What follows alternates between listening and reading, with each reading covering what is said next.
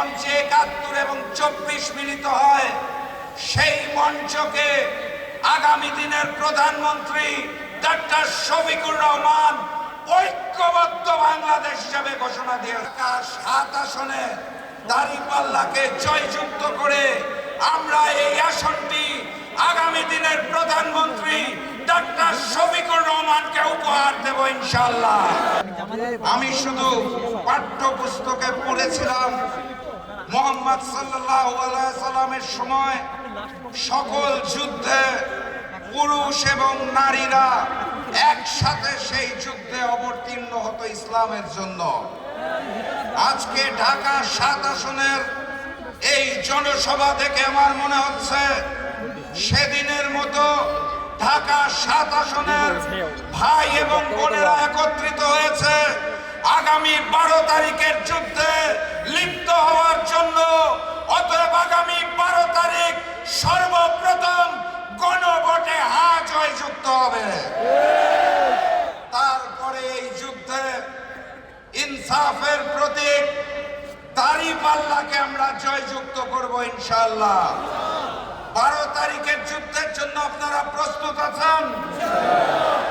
সংগ্রামী সাথী এবং বন্ধুগণ, আমাদের পার্শ্ববর্তী রাষ্ট্রের একটি শহর আছে শিলং, সেখানে রিসর্টে বসে ট্রেনিং নিয়ে বাংলাদেশে নেমে একটি বড় দলের একজন বড় নেতা বলেছেন তার দল নাকি বাংলাদেশে একমাত্র বাংলাদেশপন্থী রাজনৈতিক দল।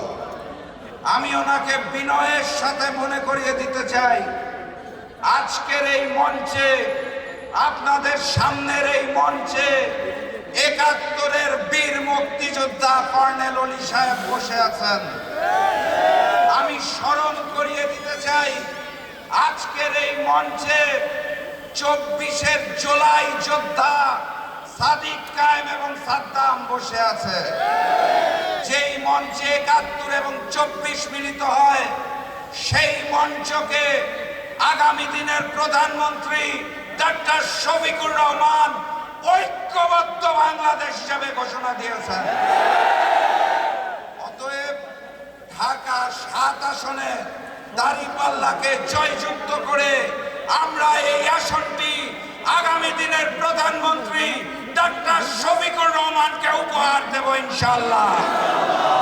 ওই দলকে স্পষ্ট ভাষায় জানিয়ে দিবেন, এটাই ঐক্যবদ্ধ বাংলাদেশ, এটাই বাংলাদেশ, এটাই আগামীর বাংলাদেশ, ইনসাফের বাংলাদেশ ইনশাআল্লাহ। সংগ্রামী সাথী এবং বন্ধুগণ, বক্তব্য দীর্ঘায়িত করব না। আপনারা যার বক্তব্য শুনতে এসেছেন, আজকের প্রধানমন্ত্রী তিনি ঘোষণা দিয়ে দিয়েছেন আগামীর বাংলাদেশে কোনো চাঁদাবাজি হবে না এবং হতে দেওয়া হবে না, কোনো বৈষম্য হবে না, হতে দেওয়া হবে না, কোনো আধিপত্যবাদের সামনে এই ঐক্যবদ্ধ বাংলাদেশ মাথা নত করবে না ইনশাআল্লাহ। অতএব ১২ তারিখ গণভোটে হাকে জয়যুক্ত করতে হবে। আমাদের প্রিয় ভাই এনায়েত ভাইকে দাঁড়িপাল্লায় জয়যুক্ত করতে হবে। আমরা পারবো তো নাকি? তাহলে স্লোগান দিয়ে শেষ করে দেই। যেই স্লোগান শুনে আগের জালেমের বুক কাঁপতো, নতুন জালেমেরও বুক কাঁপে। হবে নাকি স্লোগান?